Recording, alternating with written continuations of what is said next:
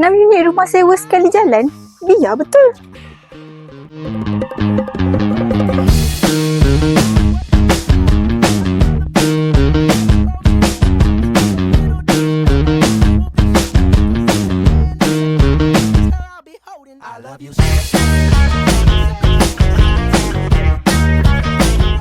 Alhamdulillah, hari ini saya berada di Kampung Linau Batu Pahat. Yang specialnya kali ni klien kita bina rumah sewa 6 unit sekali jalan.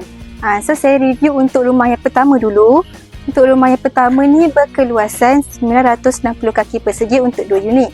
Dan 1 unit ada 2 bilik, 1 tandas. Saya review untuk bahagian luar dulu. Untuk bahagian luar ni kita akan berikan 2 tone colour bahagian luar dan 1 tone colour untuk bahagian dalam. Dan bahagian depan kita ada koridor yang berukuran 3x10 kaki.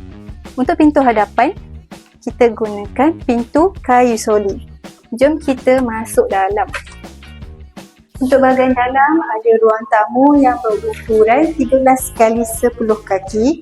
Untuk pakej rumah ni termasuk dengan mozaik 16 inci di setiap ruang dan termasuk dengan full aksesoris lampu dan kipas. Dan untuk bilik yang pertama,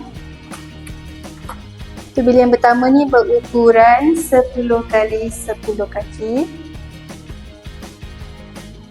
Untuk bilik yang kedua berukuran yang sama, 10x10 kaki. Dan kita ada satu tandas yang berukuran 4x6 kaki. Kita berikan mozaik berukuran 1x2 kaki. Okey, kita juga ada dapur yang berukuran 8x10 kaki.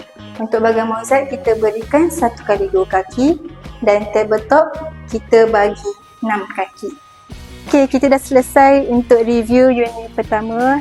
Korang tengok ni untuk unit yang kedua. Dan untuk rumah yang kedua ada 2 unit juga sama, berkeluasan yang sama, 960 kaki persegi. Sama juga ada 2 bilik 1 tandas. Cumanya klien request untuk guna kod cat yang berlainan. So kita teruskan untuk ke rumah yang ketiga. Jom ikut saya. Untuk rumah yang ketiga ni berkeluasan 480 kaki persegi. Ada 1 bilik 1 tandas untuk setiap unit. Dan rumah ni ala-ala studio house. Dan untuk bahagian depan ni kita ada koridor yang berukuran 3x8 kaki. Dan untuk bahagian hadapan ni kita gunakan pintu kayu solid. Dan untuk cat luar kita bagi 2 tone colour dan 1 tone untuk bahagian dalam.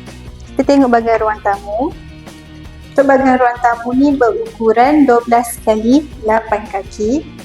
Untuk pakej rumah ni sama je, termasuk dengan full aksesoris lampu kipas, mozaik 16 inci. Kita tengok bahagian bilik.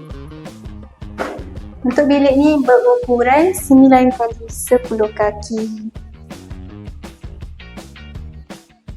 Okey, kita pun ada tandas yang berukuran 3x6 kaki untuk mozaik 1x2 kaki. Agak-agak lah kan, berapa harga 6 unit rumah sewa ni? Harganya 300k sahaja. So, nak bina rumah sewa? Carilah UJC. Bye!